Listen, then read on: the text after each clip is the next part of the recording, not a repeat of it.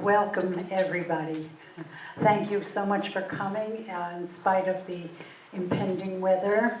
We really appreciate such a nice turnout. For those of you who may not know, we have been running with the help of, with the cooperation of the library. My name is Jeannie Brown. I'm the president of the Historical Society. And the reason that we decided to do this was because we sort of realized that, the fact that Long Beach is a very diverse community, and we never really recognized the different ethnicities in the community. So in October, we had the Hispanic community. They came and had a panel like this, and then we did Irish, and then we did Jewish, and now we're doing African American during Black History Month. So we're celebrating, again, the month and the diversity.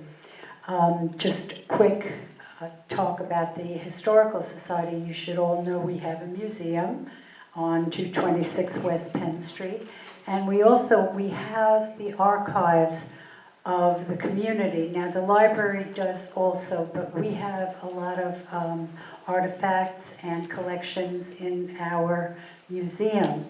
And I know that a lot was lost from the Black community during Sandy. We weren't able to recover some things, and we had been working, as Kathy Williams will attest, for quite a number of years to try to put together a collection of the Black history.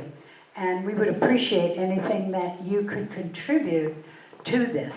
And now, through the magic of video, we will be on, hopefully, YouTube, and you'll be able to, and the community will be able to view this panel. And, the names that will be, talked about. So, without further ado,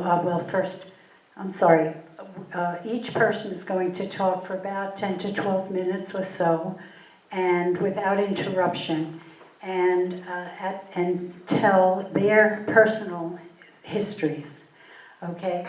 And then at the end, anyone else who wants to contribute, and this is supposed to be an ongoing series, so that anyone who wants to share their personal story should do so at the library. You can contact Eliza or any of the other people. Raise your hand, Eliza. She's from the library. She's helped put this together. And I have to thank Ms. Jackey Odom for gathering our speakers. Jackie works tirelessly for the community. I happen to know that, and has for a long time.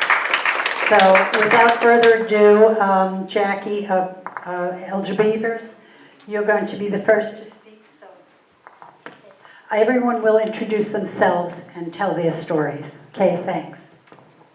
You can take the mic. Good evening, everyone. Can you hear me now? Yes. Good evening. It's wonderful to see all of you on this occasion. Thank you for coming out. Many of you I know, but some of you I don't, so it is my very good pleasure to meet you. My name is Mark Beavers, and I was born and raised right here in Long Beach. From the time I was born in Long Beach, this has always been my home, although I don't live here now. But whenever someone says Long Beach, I can identify, and I have wonderful stories and very precious memories. My mother's name was Evelyn Jones, who was one of the early settlers here in Long Beach.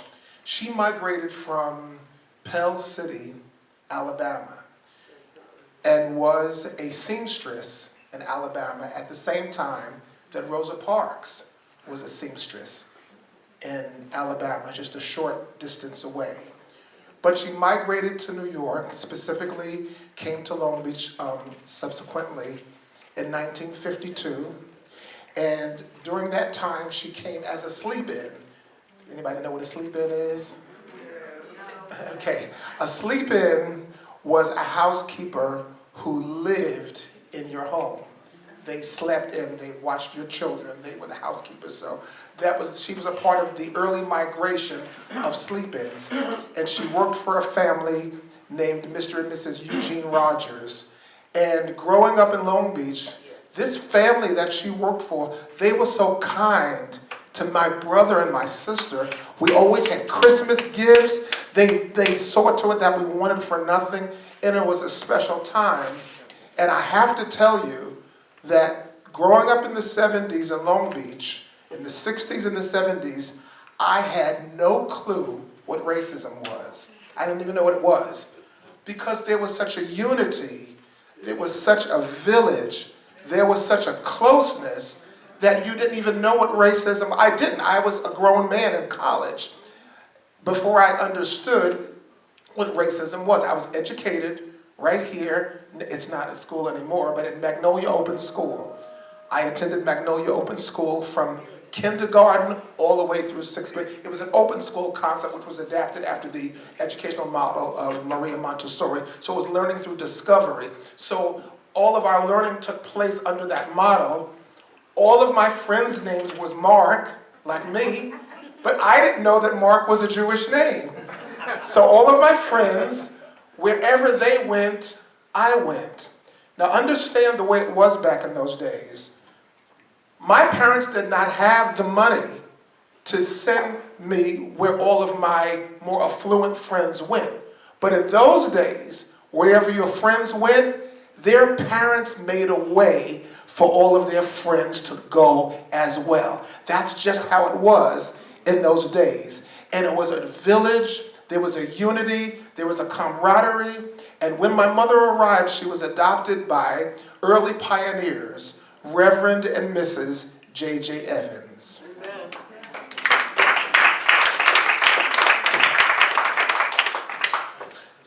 At the time, the early mother, Margaret Evans, was very, very sick. She passed away 6 months after I was born. But before she passed away, she told her parents to bring me up in the fear and admonition of God. And so her parents, Deacon and Mrs. Andrew Coffey, actually raised me. You know that. You know that. You know that. Andrew and Rosa Coffey. And it was Andrew Coffey who kept me in all night, well, it seemed all night to me, I had to go to school the next day, kept me in prayer meetings. That's where I learned the power of prayer. That's where I understood that it was important to pray because prayer was a part of our culture. Prayer was drawn from our history with Solomon. When Solomon finished the tabernacle and the temple in Jerusalem, all he wanted was wisdom. He asked God for wisdom. And God said, you're going to need to learn how to pray about everything. If I shut up the heavens that there be no rain, you have to pray about the economy. What if I send pestilence among my people? You need to pray about health crises and pandemic. But then he ended it and said, what if my people, which are called by my name, shall humble themselves and pray, seek my face, and turn from their wicked ways. Here's what's going to happen. I'm going to hear you. I'm going to hear from heaven. I'm going to forgive their sins, and I'm going to heal their land. I came up around the power of prayer. Prayer brought me to where I am today. Prayer was sanctified in the home of Reverend and Mrs. Alonzo Holly. Early pioneers. Mrs. Holly, Madam Holly taught me how to play. And I went on to become a junior concert pianist under her tutelage and under her instruction. But her husband, who was an early pioneer here and founder of the first Black Pentecostal church, always emphasized the power of prayer and discipline. And today, I am the pastor of that very church founded more than 60 years ago. But the prayer was complemented by dedicating yourself to a life of service. What good is your life if you don't have anything to offer to anyone else? And so when I was 11, 12 years old, the Reverend, here's another name, Walter Davis, appointed me at age 11 to be the assistant Sunday school of the Sunday school superintendent at age 11 at Christian Light Missionary Baptist Church. What was he instilling in me? You have to serve. While you're young, serve people, serve the Lord, serve the community, do something useful with your life. But I couldn't do it on my own. I had to be sanctified and nurtured and brought up and groomed by a village.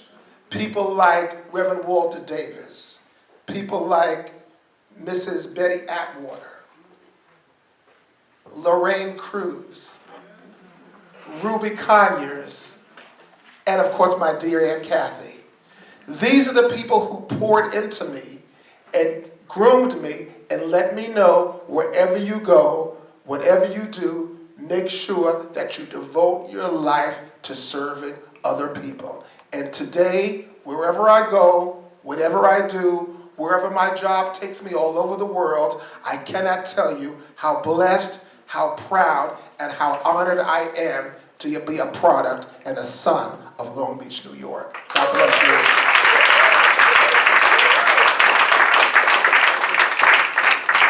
Thank you so much for that very, very positive picture of the community. That's great. Okay, next is Deanna Cruse, and forgive me, I didn't, each person had a topic that they sort of wanted to speak about. So the next is the evolution of North Park. First of all, thank you. Okay. Thank you for having me here, and I hope to shed some light from the early days. My name is Deanna Cruse. I'm 86 years old, and I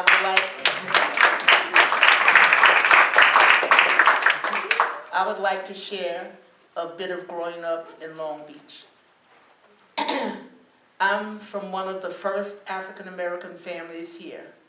My mother and father, Lorraine and Dennis Cruse, moved here in the 40s from Louisville, Kentucky. My mother's brother, James Mills, had been discharged from the Navy and wanted to help them do better. My uncle lived well. He owned a home and a restaurant. He was a real ladies' man. He also dated Ella Fitzgerald. I'm one of 6 children in my family, and I can count the others. It's with less than 2 hands. As children, we enjoyed ourselves. My mother was a cook. My father kept us when she worked. There used to be a boxing arena almost where McDonald's is right now, and a candy store across the street. My father used to take us there with him on Friday nights. My mother didn't know at first, because he liked boxing and wrestling. If you picture Long Beach then and now, it's completely different. It looks entirely different. There was the church on the west side. Reverend Hall was the pastor. School was pleasant. We didn't have any major problems. There were 3 of us in my grade. We had 3 movie theaters at the time, 3 grade schools, and the junior high and senior high was together. I remember wearing dog tags in junior high. There was so much to do on the boardwalk. Games, food, shows, and the beach was free. By 1950, we got another church. Miss Annabelle Reeder, a prominent African-American woman, gave Reverend Evans her garage for his church. She and her son operated a moving business and also had 2 rooming houses. We lived directly across the street. The 50s brought a lot of change. I graduated high school in 1956, and I went to cosmetology school. I was fortunate enough to never have to sit in the back of a bus, but my southern sisters and brothers were catching HELL. By 1960, more African Americans were moving here. Some homes were just a summer cottage. They didn't hold up well. That's when the slumlords happened. Fast forward, more people came here. Housing was already substandard. The NAACP was helpful, sit-ins happened, and Martin Luther King Jr. came to town. I happened to meet him in 1957. I was able to shake his hand, and for the longest, I didn't want to wash it. Some of the young men did constructive things with and for the kids, as their living quarters were so bad, by feeding them, taking them places, and getting a rec center. I must tip my hat to Eugene and John Akins, Jimmy Graydon, Donnie and Richard Cruse, Robert Gray, James Doctor, Sonny McKeever, Burley McHenry, as they went above and beyond expectations. Eventually, the center was built and still remains. I was one of the first board members. Myself, Reverend Evans, Jesse Wilson, Carol Simmons, Cecilia Jones, and Murkison. However, others claim they were not true. Over the years, these falsehoods have continued. They even have a plaque in the center with names that should not be there. It should be removed. Donnie Cruse became active in politics and was instrumental in getting people to vote, job training, and housing. Things got better for a while, but low-income homes were built. However, it's not enough. During the early years, several African American people did own homes. These are a few: Ethel C., the Williams family, the Reeders, Aunt Sang, James Mills. That's just an example. And I want to back up a little bit. I don't mean to leave out anyone, and it came to mind, I didn't mention Deacon Hardy. He opened a barber shop here. The Army base came here in the late 50s. That was another influx of people. When I was a kid, there was a cop. His last name was Durant. I just wanted to mention that. And Cab Calloway. He used to live on Blackheath Road. He also had a supper club in Island Park. His chauffeur used to bring his kids, Chris and Leah, to our house to play with us because he played cards with my father, and that was a way to get there. And then we would play with them, and that was like babysitting. So I remember those things. This is not all. However, time doesn't allow more. Again, I want to thank you all for listening.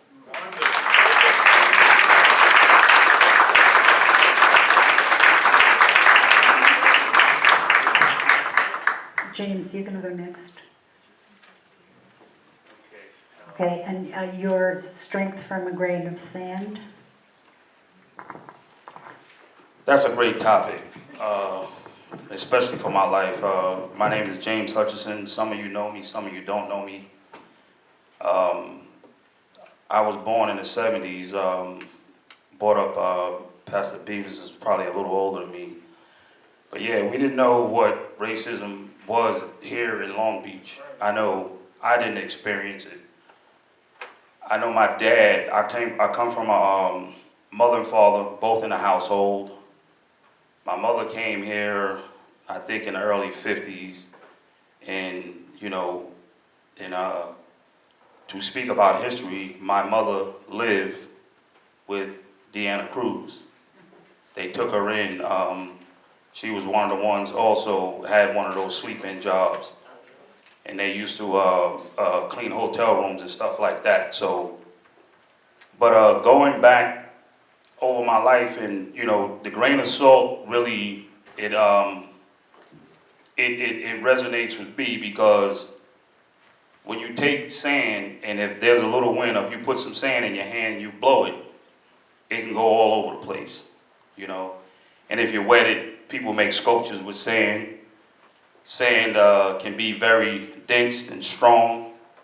And at one point in my life went, you know, I had great upbringing from my mother and father, moral values. But my life kind of, you know, it took a right turn, and I got around the wrong people. I started committing crimes. You know, I've been to prison. A lot of people can't stand and talk about that stuff. I like to talk about that stuff, and I'm going to tell you why. I think my life journeys, my life story, saves lives. You know, and there's always somebody that's going through something or been through something, and it's not how many times you get knocked down, it's how many times you can stand up and get back in line. And and I had some tough life lessons, but again, you know, like I said, with that sand, you know, once I molded that sand, and I told myself I had to get my life back on track. I had to get my life back together.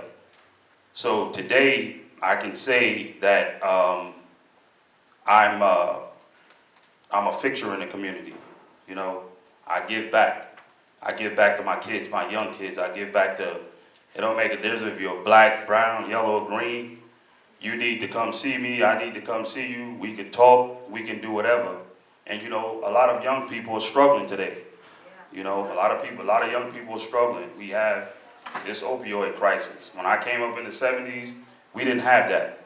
You know, with this, the fentanyl crisis. You know, when I came up in the 70s, we didn't have that.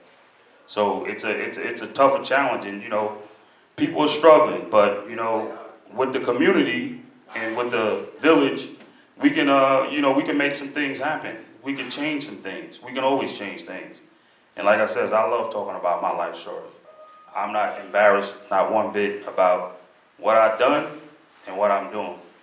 You know, and my father always said, you respect people for who they are, not who they want to be. So, you know, but my life here in Long Beach, you know, it's been great. You know what I'm saying? I had a great run here. And, you know, I often say, too, I thought one of the scariest times in my life is when I went to prison for the first time. But that thought changed about 2 years ago when I was diagnosed with cancer. And everything, it seems like, because anytime we associate cancer, we associate that with death. You know, but it was God's will that I live. You know, so now, closer relationship with God, closer relationship with my family, closer relationship with my community, closer relationship with my peers, and everything has been also well with me. But thank you, and I appreciate allowing me to share. Thanks very much, Jamie. And now we have Deborah Hassell, and your topic, My Father Left Me a Legacy. Good evening, everyone. I'm going to talk about my dad. I'm going to give you a little history about Long Beach. Long Beach Fire Department has a long, storied history of service to the community.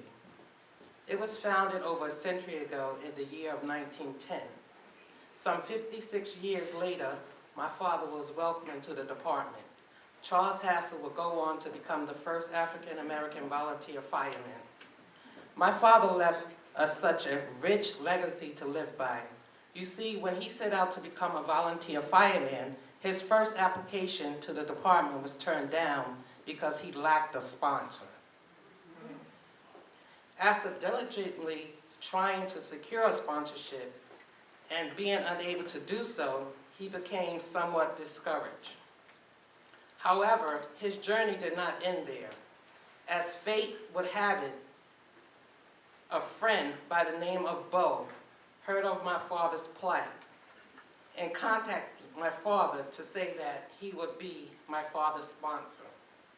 On June 7, 1966, Charles Hassell became the first African-American volunteer fireman in Long Beach, New York. Charlie, as he was called, embraced life and lived it to its fullest. Equally important, his life demonstrated that in difficult times, there may be others that are willing to self-sacrifice and to stand with you to bring out a positive change. Although he met with obstacles on his journey of becoming a member of Long Beach Fire Department, it was that membership, that distinction, that honor of not only being the first African-American volunteer fireman for my dad, it was just being able to serve and realizing his dream. You see, when he was 14, he wanted to be a fireman. He dreamed that one day he would become a fireman. My father achieved many awards, accolades, and distinction during these years of service. For example, in May 1967, he received a merit for distinguished service and faithful performance of duty to the department, community, and fellow firemen.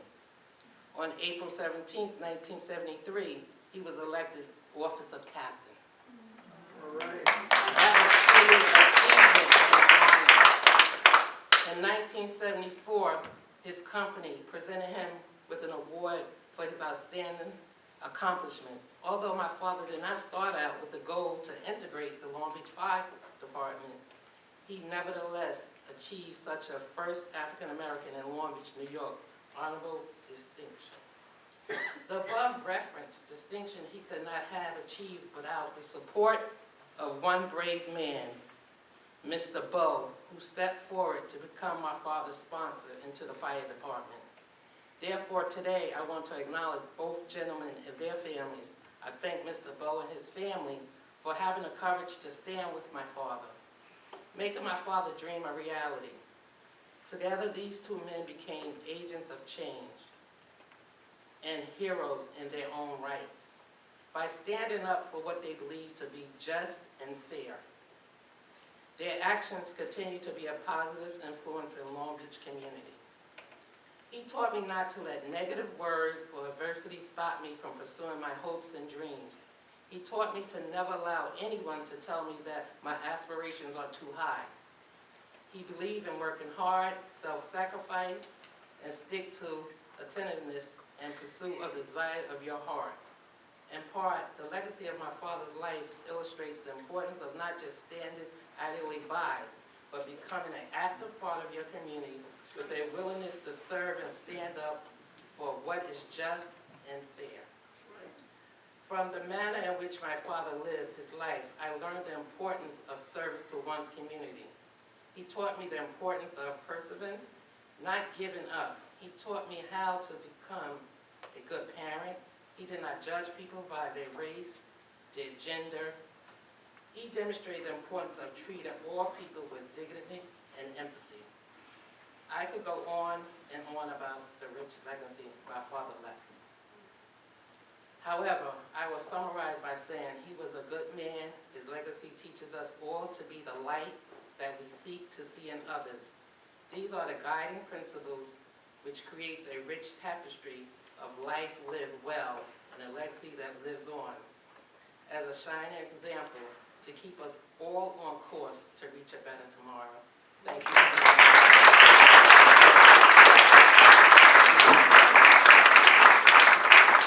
Thank you, Deborah. And next we have Reginald Mines, and the topic is, if you know better, you do better. Sometimes I wonder, it seems like the more things change, the more they stay the same. Yeah. You'll find out shortly. My name is Reginald Mines, and despite having been a school teacher here, I find myself a little bit nervous up here in front of these folks. I don't know what it is. Maybe it's the age. My name is Reginald Mines, and I want to thank Ms. Jean Brown, Mrs. Jackey Odom, and the Long Beach Public Library for asking me to be part of this panel of distinguished guests as we celebrate Black History Month. I'm a transplant from Denver, Colorado. I believe my journey here is a result of all the choices I've made in this life, good and bad, that have led to this moment in time. I'm fairly old, so I'm happy and feeling blessed and happy to be here. Carter J. Woodson was an American historian, author, journalist, and founder of the Association for the Study of African American Life and History. Woodson said, "It's not so much a Negro History Week at that time as it is a History Week, and we should emphasize not history, not Negro history or Black history here, but the Negro in history. What we need is not a history of selected races or nations, but the history of the world, void of national bias, race hatred, and religious prejudice. If you know better, you do better. There are themes for each Black History Month. This year the theme is African Americans and labor. If you know better, you do better. I will speak briefly on my labor and experiences in Long Beach, New York, and of my experiences as an African American prior to living here. As previously stated, I lived in Denver, Colorado. I came to New York to learn how to play the conga drum. In reality, to learn about Afro-Cuban music and religion.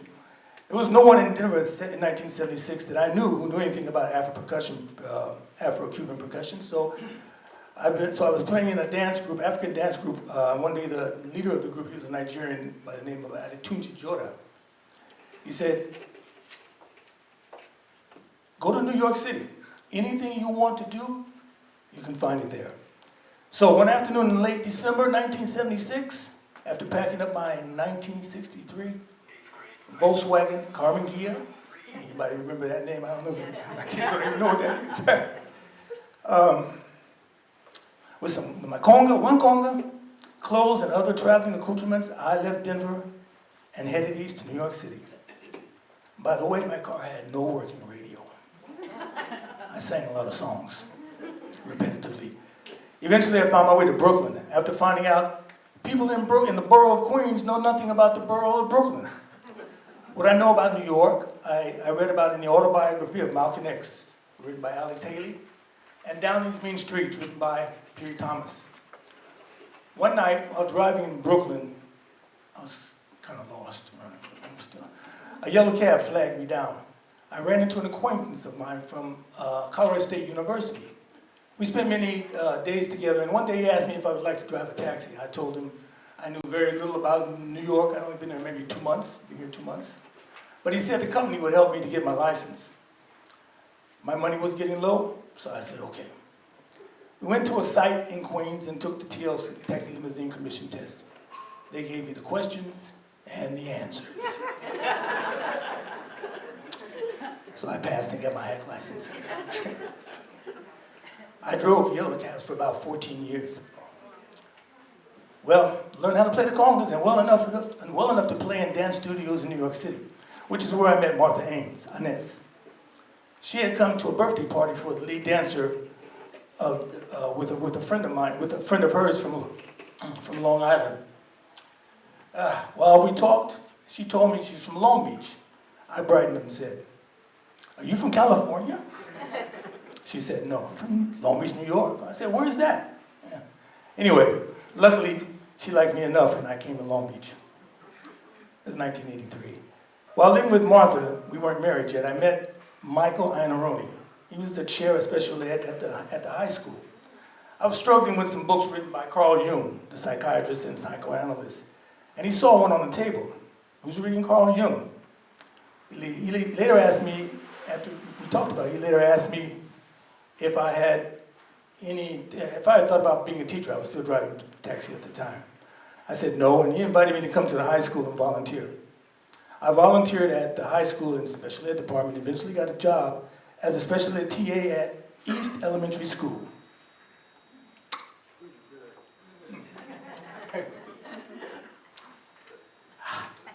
By the way, I have to say, getting hired at East was what Carl Jung would call a meaningful coincidence. In Denver, I graduated from East High School. Colors red. As are the colors here at East. I'm sorry, this is we haven't got to the good part yet. So, one day while walking at East, the nurses secretary told me about a full-time special ed position. There were two positions opening at the school, at the middle school. I applied and was one of the 2 males hired by the district. Michael Iannarone said over and over that I could be a good teacher. Oh my goodness gracious, I don't have a cold either. But I had to go back to school. Finally he said, Reggie, you can lead a horse to water, but you can't make him drink. He said, I'm done. So I went back to school, received my education, got my education degree at SUNY Old Westbury, my master's at Stony Brook. SUNY all the way. The administration at that time here in Long Beach was a little different. And when I graduated, I went into a permanent sub position in 4th grade at East. I never experienced the joy of being a substitute teacher for a day. My experience lasted a year. After teaching 3 years in the district, I received my tenure. That was pretty fast. I was at the time the only black male teacher in the at the elementary level. My classes were, I think, fun, but I hope my students learned something. I have a little knowledge of black history and I added it in wherever I could. I remember showing the movie Glory in 4th grade. It was rated R, a little dicey. However, I thought it was an important supplement to what we were learning about the Civil War, in terms of the Civil War. Being kind of an old guy from the 70s, I added what I could to the curriculum. Mainly we had a good time, and I ended my career teaching 2nd grade. That was as low as I needed to go. If you know better, you do better. When you practice something a lot, you begin to know it better. And if you know it better, generally, you do it better. I really did enjoy teaching and hope that I did it right by my students. I was generally blessed with smooth sailing as I taught here in Long Beach. Sadly, I know of other black teachers who had more difficulties as they attempted to become teachers in the district. Most were resilient and made it. But as to my history as a black man, let's run the tape back a little. Oh boy.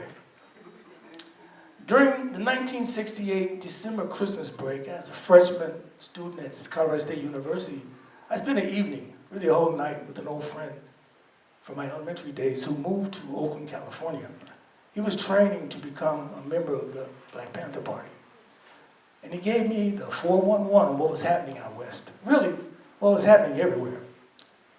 Denver's a little landlocked, I can tell you. I literally became black and proud overnight. When I got back to school, they were going to give me a scholarship to run track because I had been running with the team just before the Christmas break. But I told them, I don't have time, I'm black and proud. And dead if my dad had found out about that. Following school year, I transferred to Colorado University Denver Center. Late 1969, we hired a black studies director by the name of Roosevelt Hill Jr.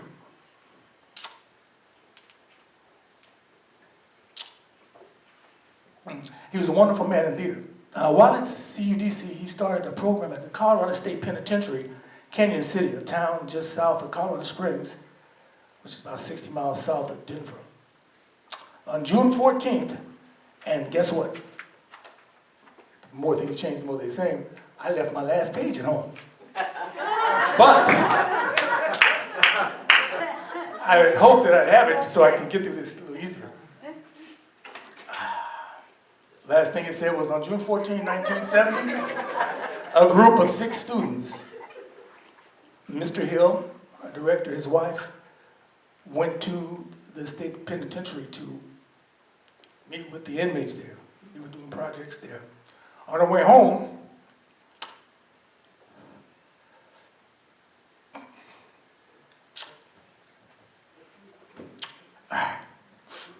we stopped at a Taco Bell, and they were retuned.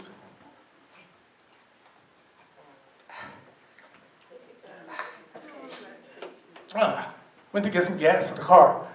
The University of Colorado had given him a state car and a credit card for gas.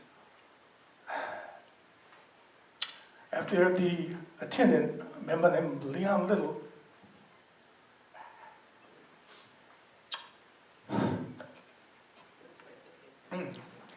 after he gassed the car, he went inside. It took a little while to come back with the card. Mr. Hill got out to go see what the problem was. A little while later, another student and his wife went in to see what was going on. And then I went in. I had a burrito as I walked in. I got to the front of the filling station. It was a mobile. I walked back, put the burrito on the top of the roof of the car.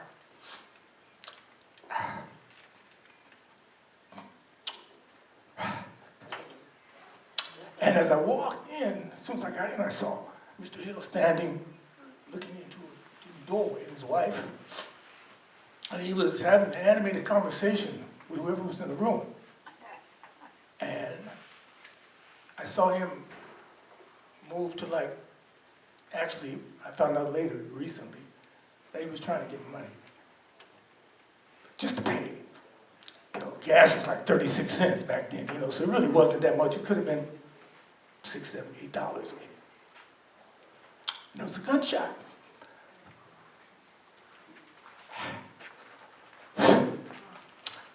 And he turned, and started blood pumping out of his chest.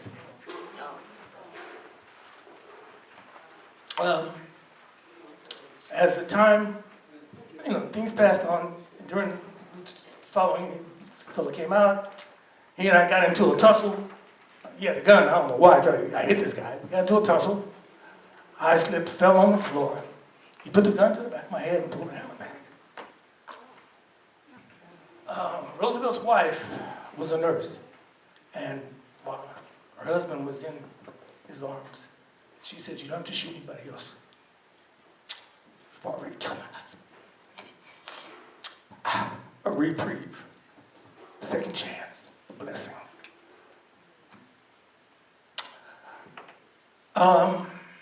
In Colorado Springs, 1976, real Ku Klux Klan town, the county was Klan.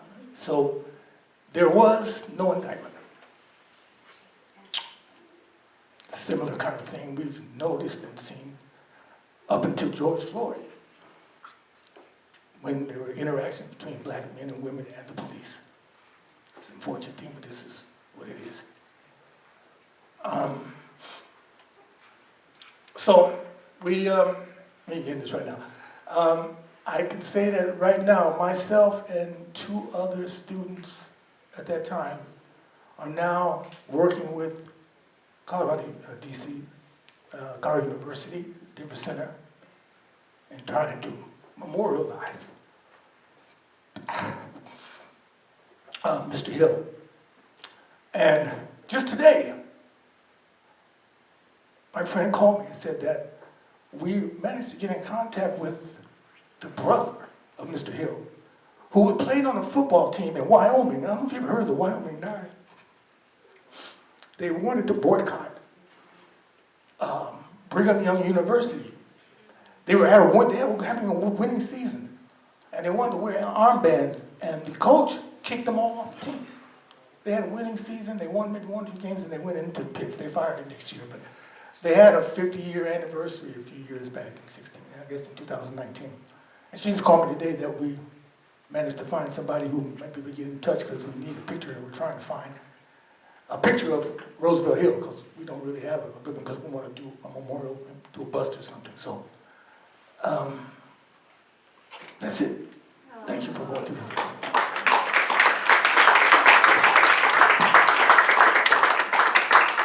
Thank you so much for sharing. That was a very emotional time for you. Thank you.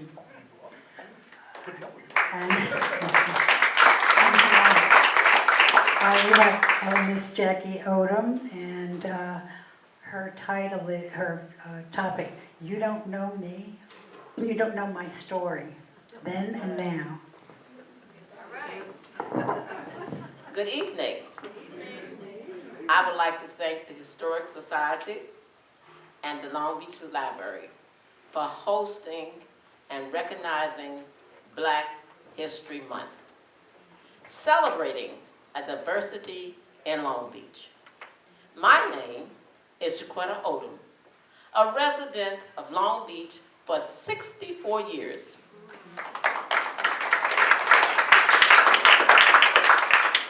My roots are from the Blue Ridge Mountains. I draw my strength from my great-grandfather, who was a minister in those days. And as you know, black churches was the lead of every black family that was in that community. So you can see the power that my grandfather had to keep black people together. So I thank him today, wherever he is. Thank you, Elijah, for your beings and for your blessings and the things that we had to follow. Thank you for strong laws and values. My father was an activist in a very prejudiced and predominant white state. He served as the mayor of Princeton, West Virginia for 2 terms. This evening, I would like to share, in a short version, You Don't Know My Story. All power belongs to God. Enticed by my best girlfriend's sister, spring of 1960, I embarked upon the grounds of Long Beach, New York. The spring of 1960, I came, and what a surprise I got. The period of time, it was a great migration to the north. I didn't have my parents' approval. I was enrolled into West Virginia State College. I went to my grandmother, expressing my desire to move to north. She strongly objected. After a long discussion, knowing me, she gave in to me. Preparation for my trip. The first thing she did, she packed some of her clothes for me to go on this trip. Next came to me a strong lecture of the do's and the don'ts. Much to surprise, a big shoebox came out filled with fried chicken, sandwiches, fruit, and drinks. Shocking, a crispy $20 bill came out of nowhere. It was kept in a handkerchief, beautiful flowers. She took it and pinned it on me for safety. As I said before, all power belongs to God. I did not have a clue of what I was in for. My arrival in Long Beach, New York, early spring morning, breathtaking, fresh air, brick streets, tall buildings, bright street lights, different cultural people. This was breathtaking to me. Next step, shocked to find out we had nowhere to stay. My friend's sister, who caused us to come to New York, she said, we must wait for the employment agency to open, better known as Henrietta Allen's employment agency. And there we can apply for a sleep-in job. In between times, my friend and I went to see this great boardwalk. A lady on the boardwalk walked and came up and stopped and asked, "Are you looking for work?" I eagerly responded, "Yes." She must have seen the glare in my eyes and escorted me into this huge building with instructions. After work, we were instructed to go to the North Park area of Long Beach. We met a man by the name of Napoleon McHenry, nicknamed Nip, and his family. They took us into their home, free of charge. After a couple of months, we were able to function on our own under their guidance. Well, life began. As I told you, all power belongs to God. Understanding Black experiences in the city of Long Beach. A step back in times. Some of the affluent families that were in Long Beach, some homeowners and some not. The Joneses, the Cruises, the Graytons, the C's, Bonner, Reeders, Smith, Kemp, Bonaparte, Lakes, Evans, Conyers, Atwater, and Mills. 50 and 60 was 5% black. Current time up to date, lots of black homeowners have been displaced. 1970, 21.1%. 1980, 13%. 2000, 12.3%. As my heart breaks today, presently, it's only 4.89% of blacks in Long Beach. Still stepping back in time, black churches. You had Reverend Hall, was at 107 West Fulton Street. Christian Light Missionary Baptist Church, 710 Riverside Boulevard. Reverend Dokes, Hutchison Street. Reverend Matthews, West Park Avenue. Reverend Holly, Park Place. Reverend Creech, Westchester Street. Pastor Miller, National. Currently, we have 3 black churches. We had Evangel, Dr. Miller. We have New Life, Bishop Moses, and we have the Christian Light Missionary Baptist Church. Moving on, law enforcement. In 1960, we had Simon Portiz and Alonzo Murkison. We had 2 blacks that ran for the city council in the 80s. We had Harry Harris, campaign manager, none other than Kathy Williams. We had Joe Green, campaign manager, none other than Jackey Odom. Anissa Moore, 2016, served on the city council as partial on her term as president of the Long Beach City Council. Still back in times, businesses. We had Deanna Cruse, that was a beautician. We had her uncle, as she said, had a restaurant in 1948. We had the Reeders Moving Company, which was at 710, a very wealthy woman.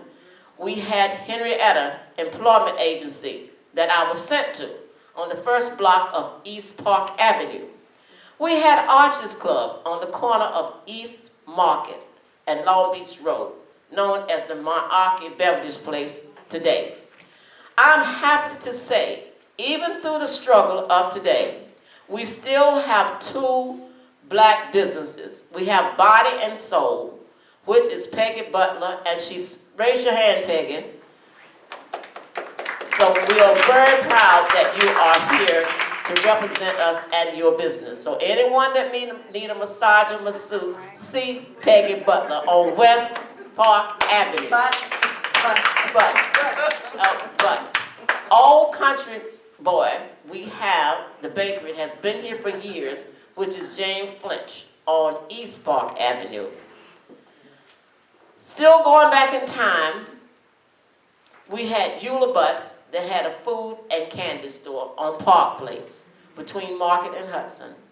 We had Herbert McDaniel had a fish market and a nightclub in the back. You guys might not know what a juke joint is, but I know some of you know what a juke joint is. It's illegal, you go, you dance, you play music, you have a good time with drinks, and you gamble. We had a beauty parlor and a barber shop on Park Place. The beauty parlor was owned by Janet Jackson and none other than Deacon Leonard Hardy.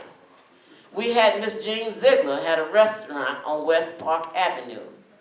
We had Zeke, known Zeke, was the shoe shine man at the Long Island Railroad. In the place of the Butts, the McDaniels, the Conyers, the barber shop, is in the place of Long Island Sustainable Attached Housing. 225, where Jean Ziegler had her restaurant, is now known as 225 Senior Building on West Park Avenue. Still back in time, other places that were interested of blacks but not owned was Bob Shule's Bar and Grill that was on Park Place. The Bozak was a hotel that had been ran down that eventually was rented out to blacks because in them times, blacks had a hard time trying to find places to stay. We also had the Bayview Hotel, which was a prominent hotel in their times, but when we got it, it was run down. And the owners was Sam and George. So a lot of our people that migrated from the South got tired of doing housework, began to move off on their own. So that was some of the housing for the black women and men that had migrated to the South. Our first MLK Center was into the old library, which was also on Park Place. Jack in the Box managers was Claude and Barbara Alexander. She also worked years in the MLK Center as the vice deputy there. We also had the keyboard, which was a jazz bar. And it was behind Lena's nightclub. Leona's nightclub. And I used to go there and dance all night long. I'm a dancer. And that's behind Burger King's. Okay, it's now Starbucks. Jack in the Box, empty lot. MLK has went to 615 Riverside Boulevard. I would like to leave with you. We can take control of our destiny, actively design our tomorrow, build the world to benefit all, empower ourselves to create a positive change. Let's collectively build a future that reflects our values. Be the change wanted to see in the world. Together, we can create a sustainable future for generations to come. I would like to take this time to make a quote.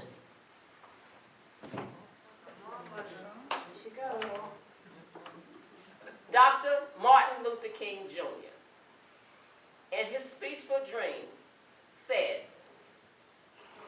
"Free at last, free at last. Thank God Almighty we are free at last." Yeah. My question tonight is to you, and to you. Are we free? Yes. Are we free? Are we free? Are we free? Are we free?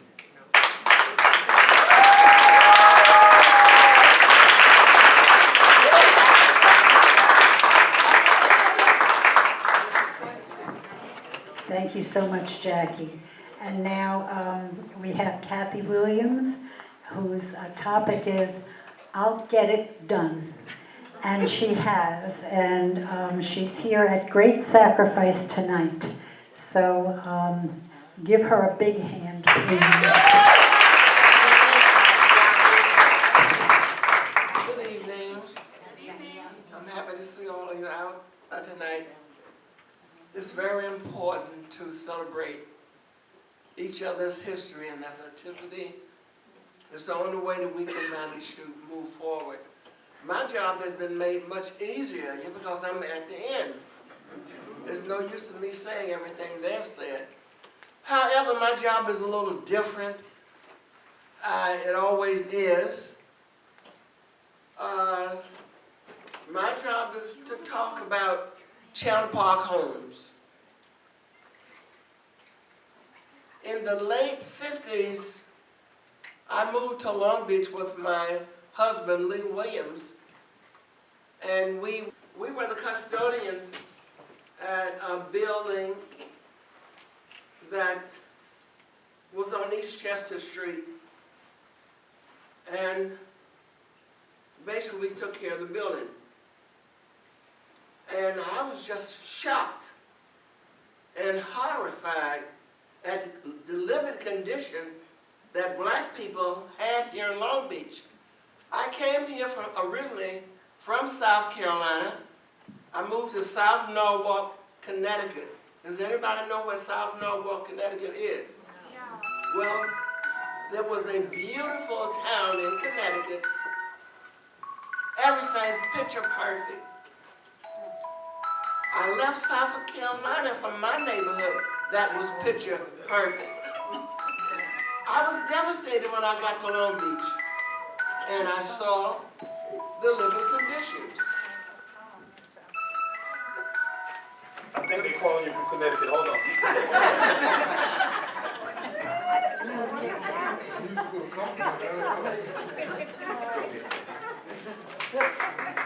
I wasn't going to admit that it was my phone.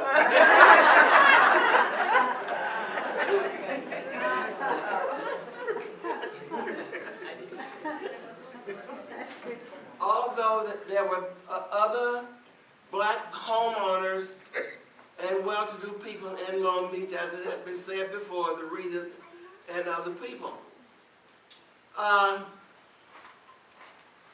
Reverend Hall, one of the visionary leaders of Long Beach, was always pressing the city leaders about such poor housing.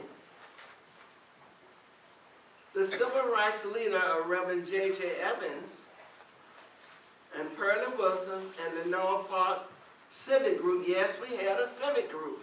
It just wasn't your civic group. We had a civic group. And 225 was also owned by Christian Light Missionary Baptist Church, whether you know it or not. But a very mysterious fire came. And mysterious fires were always happening in Long Beach in properties that was occupied by black people. Am I right about it? Right. You're right. Mysterious. No one knew. They were, oh, I'm so sorry. Meanwhile, you didn't have anywhere to live.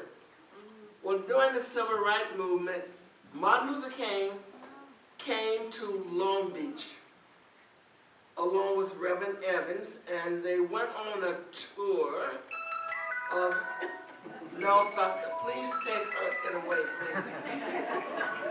They went on a tour of North Park Avenue, and I don't know what sermon Dr. King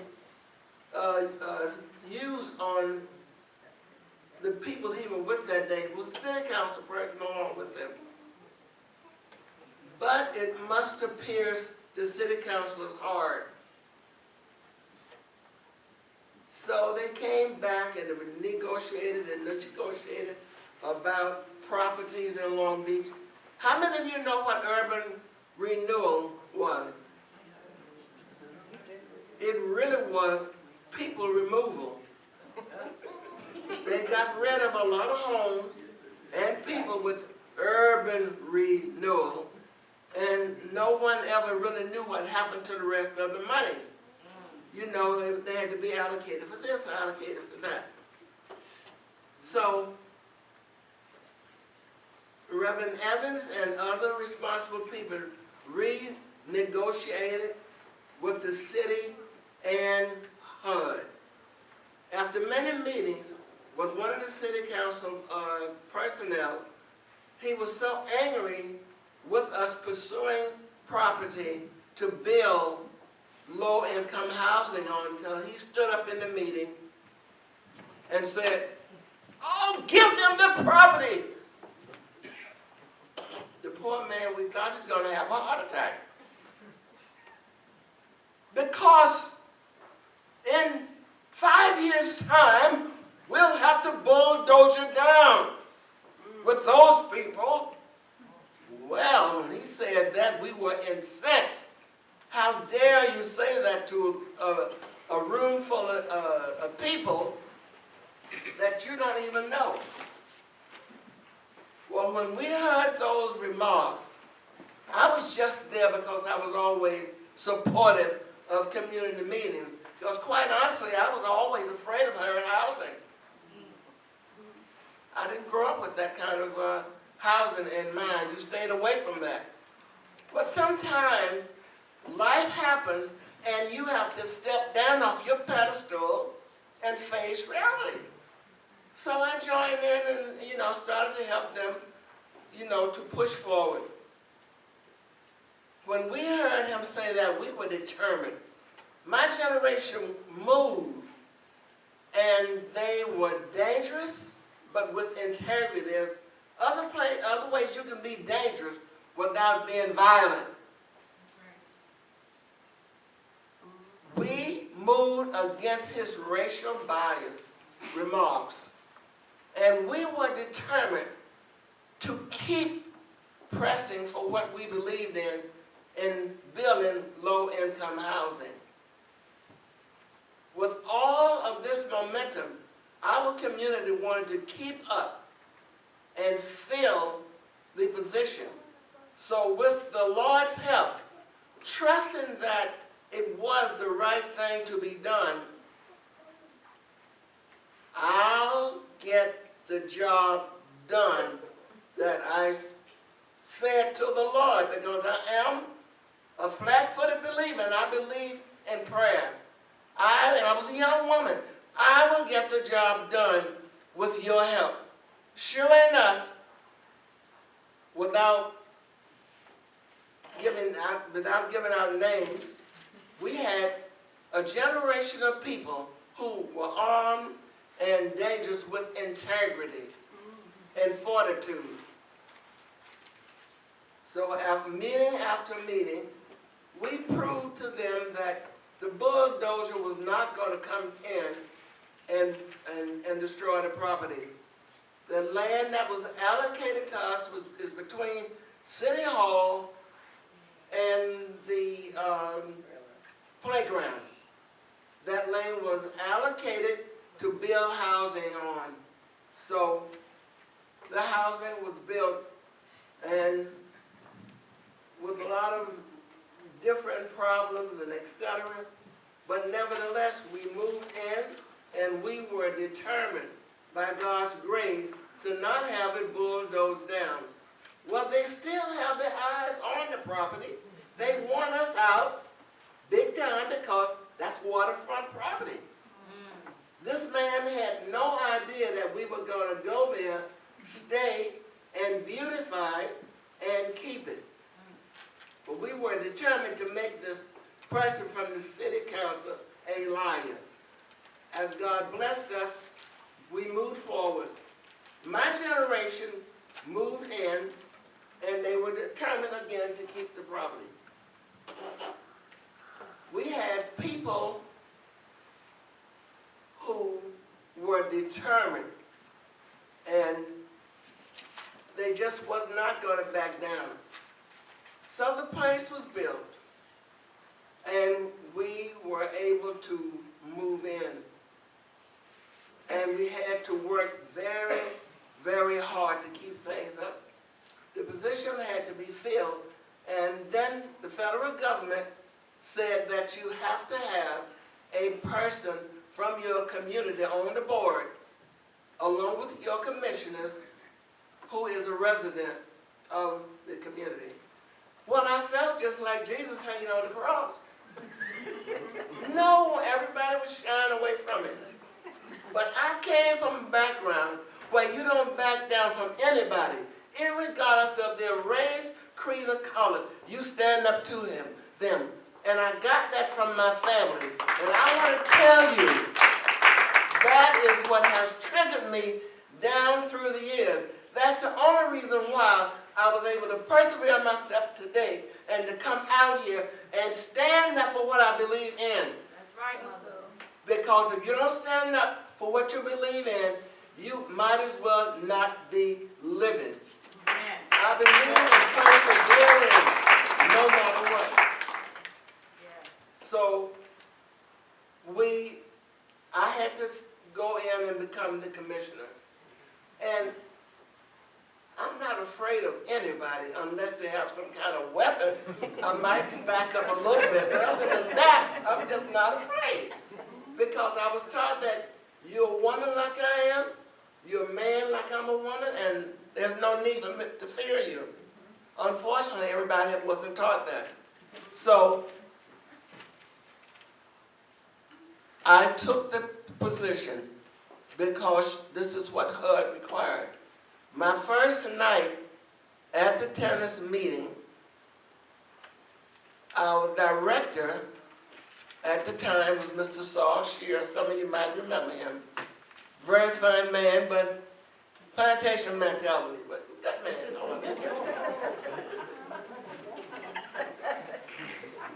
and he introduced me. And I'm there all alone. He says, this is Kathy Williams. She's going to be the tenant representative. She's a troublemaker. And a communist. And she's a friend of Marge Baber. How many of you remember Marge Baber from the West End? Marge Baber. She was also a white activist from the West End. So there he clumped us together, and the board is sitting there looking, and it didn't bother me what he said, because part of it was true. I got up and I said to him, gentlemen, I am here to perform a duty for my community, and I will not be intimidated. I said, I repeat, I will not be intimidated. And I sat back down. I never had any more trouble from the board.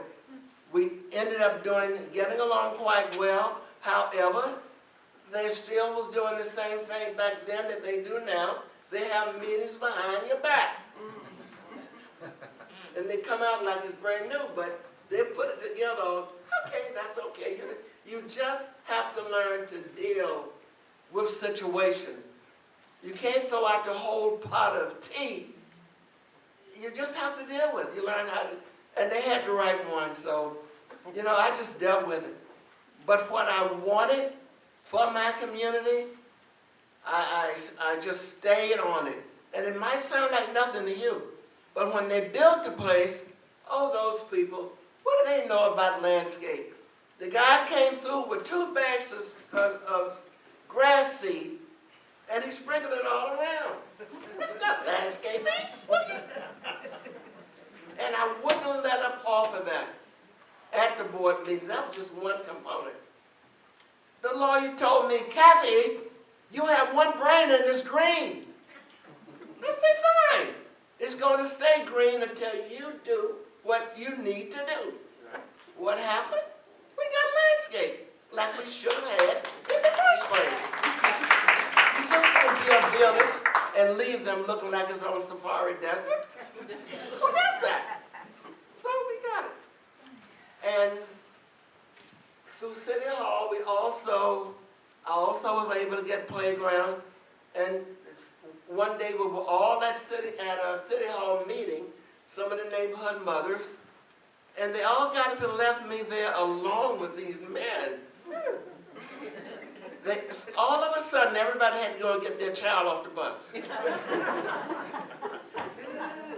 And I'm left there alone. So they asked me where did I want the playground. Where do you think is best? I'm the one that set up all of the playground and everything for Channel Park Homes. The benches, the basketball court, and etc. And it worked well for a while, but it only takes a few years for generations to change, and people start not to appreciate things. So we had to take the basketball court down because at 3 o'clock in the morning, people decided they wanted to play basketball. They had to take that down. There were many things that I was able to accomplish. We had a great tenants association because in those days, people knew how hard it was to come by housing and anything else. So we were determined to keep it. Only takes a little while for generations to change. So we have had different people who came in, because I had to give up being a commissioner.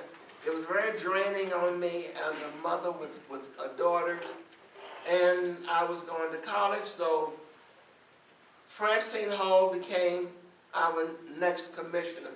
Well, we all worked very closely together to keep things going. I don't have to tell you, it's frightful when you see the generations in anybody's race, how they change. People are not as responsible as they used to be. And that's all over, it's widespread. So we have new generations, and that brings about different situations. But I must say that we have managed to keep it going. And yes, give me the chance, not necessarily now, but back in the day, I would get the job done. If you want something done, get me and I will get it done, because I'm not ashamed, I'm not afraid, and no one intimidates me, backs me down when I'm standing and looking you straight in your eye. So I just give God all the glory for our accomplishment. And I could go on and on, but I might not have a friend left after the meeting.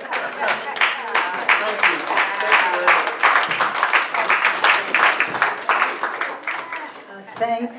Thanks so much to our panel.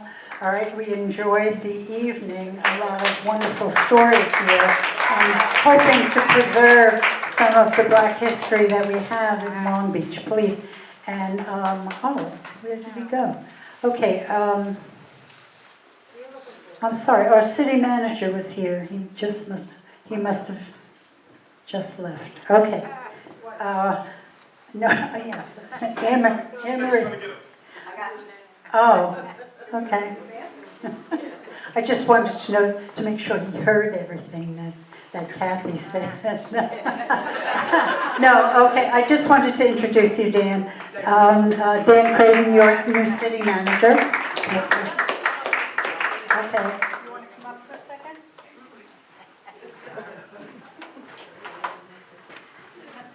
I just said I hope you heard what everybody had to say. So I did not plan on talking, so. Thank you to everybody that spoke today. I think this is an important event for everybody in Long Beach. I really think that we all need to understand history to promote our future, right? I mean, we need to understand what's right, what's been done right, what's been done wrong. And I think there's a lot of, I didn't hear everybody, I have to be honest, but I heard a few of you. We have to really understand what the past is and respect it, and move forward based on what we know was right about it, what we know was wrong about it, and make the changes that we can all be part of. Beyond that, this is a community I love. I haven't been here as long as many of you, but it's a community that we really need to strive to get closer together. I don't know why. We're not as close as we should be. We talk about the West End, the East End, the canals, Center Town, West Home.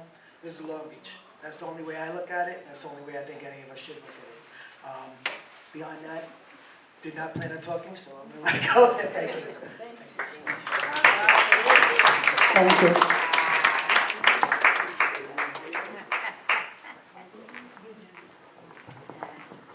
I would just like to take the opportunity to recognize Bishop Mark Moses. Could you stand? He has done a lot of great work in Long Beach. At this time, would you like to give us a couple of words of wisdom? Yes, hello. Okay.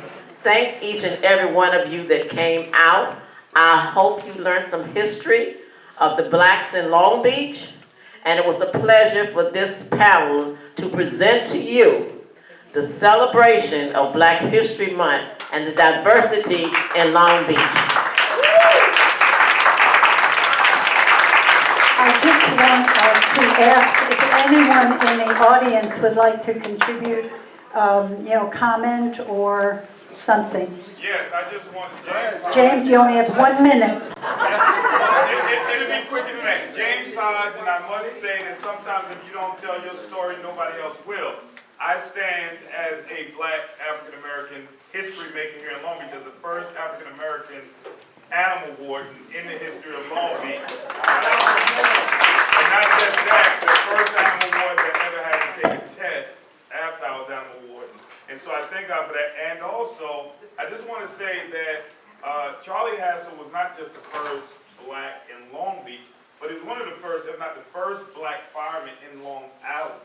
And so when you look up the history, you'll see, and also there's a park that is named after Charlie Hassell. Hassell, Leroy Conyers, and Sherman Brown. Those are other people in my community. And also I heard some of the first black police officers, but one police officer always gets forgotten about, and his name is Edwards. There was a police officer named Edwards also. And that was Officer Edwards, who was hired around the same time as also Sergeant Murkison, who was the first black sergeant here in Long Beach, and Simon. And also James, when he speaks, I wanted to say James is also not just that he's done so much, but he's also an over 20-year master painter who never, one of his master things is he can do anything without no paint at all, and his eye will never drip or drop a spot of paint.